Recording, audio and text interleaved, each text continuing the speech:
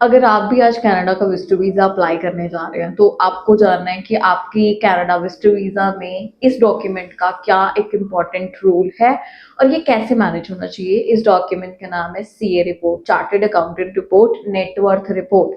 सो इसके क्या इम्पोर्टेंस है आपकी एप्लीकेशन में, ये कैसे मैनेज करना चाहिए और इसमें क्या क्या चीज़ें डलवानी चाहिए, क्या चीज़ें हैं जो इसमें नहीं डलवानी चाहिए। तो ये सारी चीज़ें मैं आपको इसमें प्रॉपरली गाइड करूँगी, सारी चीज़ें क्लियरली बताऊँगी आज और प्रॉपर तरीके से मैनेज करना सिखाऊंगी। आज और सबसे पहले जो लोग फर्स्ट टाइम मेरे चैनल पे विजिट कर रहे हैं वो मेरे चैनल को सब्सक्राइब कर लीजिए। वीडियो अच्छी लगती है तो एंड में जाके इसको शेयर जरूर कर लीजिएगा।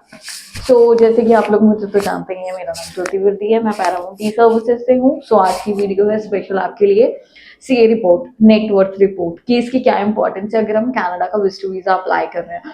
कनाडा के विजिटर वीजा की बात करें, दैट इज टूरिस्ट वीजा और ये आता है up to the passport validity. कहीं ना कहीं 2017 के बाद इमिग्रेशन ने इस जो वीजा की वैलिडिटी है उसको इंक्रीज कर दिया। वीजा की वैलिडिटी इंक्रीज होने के साथ ही कुछ फॉर्मेलिटीज हमें इंक्रीज करनी पड़ी। ठीक है, इसमें क्या रहता है कि जब हम अगर एम्बेसी का एक कॉलम है उसमें अगर हम देखें फंड्स की रिक्वायरमेंट्स, तो उसमें क्या क्या आता है। उसमें एक तो लिखा होता है योर 6 मंथ और 4 month past bank statement, right. वो आपने सीए में डलवाना है। देन उसके बाद सेकेंड पार्ट ऑफ होता है कि आपका एसेट्स। एसेट्स में अब क्या क्या आता है। एसेट्स में जैसे मान लो आपकी प्रॉपर्टीज आपके डैड के नाम है, like if you are young तो आपके फादर मदर जिसके भी नाम पे है वो भी डलवा सकते हो। मतलब अपने ब्लड रिलेशन के आप बीच में डलवा सकते हो, कोई प्रॉब्लम नहीं है। वो प्रॉपर्टी की वैल्यूएशन बीच में डले। अगर गोल्ड आपका है बहुत अच्छा तो वो उसका वैल्यूएशन जरूर डलवाएं।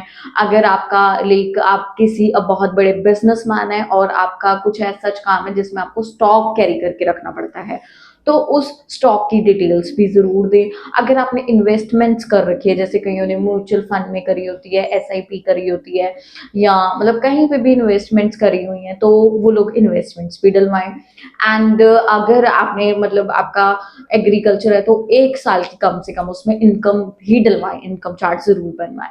ओवरऑल नेटवर्थ इससे डिक्लेयर हो जाता है। एक होता है ना कि आपको बुक पढ़ने की जरूरत नहीं पड़ती, आप इंडेक्स से समझ जाते हो बंदे के पास क्या है। तो CA is performing like that in your application कि एम्बेसी को ये एक रिपोर्ट चेक करने से इतना पता लग जाता है कि financially how much stable you are in India. देखो जिसके पास है उसको करवानी ही चाहिए, जिसके पास नहीं है तो कंपल्शन नहीं, इमिग्रेशन नहीं बोलना, कंपल्शन नहीं, इफ अवेलेबल है, राइट। तो मतलब वो लोग बिना इसके भी अप्लाई कर सकते हैं, क्योंकि बिना इसके भी हमारे वीजा आए हुए हैं।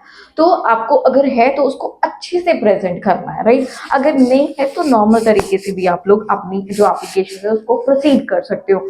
This one is a very good document in your application. ठीक है, कभी भी देखो जो लाइबिलिटीज होती है ना उनको मत डलवाया करो, लोन लोन मत डलवाया करो, राइट। और मतलब जो नेगेटिव थिंग्स है उनको अवॉइड करवाया करो। वैसे तो कई कई कंपल्सरी होती है जो डालनी पड़ती है, अदरवाइज इतनी कंपल्शन नहीं होती है लाइबिलिटीज की, तो वो मत डलवाया करो इसमें। और मतलब कुछ एक्स्ट्रा ऑर्डिनरी करने की जरूरत नहीं है, जो है वही। मतलब अगर एक प्रॉपर्टी है तो एक प्रॉपर्टी डलवाओ, 2 है तो 2 डलवाओ। ये नहीं है कि 10 प्रॉपर्टी शो करोगे तभी आप नेटवर्थ में स्ट्रॉन्ग दिखोगे, ऐसा कुछ नहीं होता। प्रॉपर तरीके से बस फाइल को एक ना एम्बेसी तक पहुंचाने का तरीका आना चाहिए। एप्लीकेशन को प्रॉपर तरीके से आपने लगाना है। जैसे मैंने आपको अभी सीए कंटिन्यू करने के लिए चार्टर्ड अकाउंटेंट की रिपोर्ट बताइए कैसे मैनेज करनी, इसी तरीके से अपनी एप्लीकेशन का एक मैनेजमेंट होता है, उसको भी फॉलो करके हम इमिग्रेशन से वीजा ले सकते हैं प्रॉपर तरीके से। आपको ये चीजें जरूर फॉलो करनी है, जरूर आपको सोच के चलनी है प्रॉपर तरीके से, और बहुत कामली, मतलब जब भी इमिग्रेशन में फाइल लगाते हो बिल्कुल काम and be positive towards your application. लेकिन इतना ध्यान रखना कि अगर मिस्टेक फाइल बनने में हो रही है बट वो आपको पहले पता चल जाती है तो वो बहुत अच्छी चीज है, उसे अवॉइड करके ठीक करके हम इमिग्रेशन में डाल सकते हैं। ठीक है, तो प्रॉपर तरीके से सोच समझ के फिर एप्लीकेशंस को लगाना है, कुछ गलत मत लगाना, क्योंकि सीए का यूआईडी नंबर जाता है उसमें एडिटिंग वगैरह मत करके भेजना, वो पकड़ी जाती है।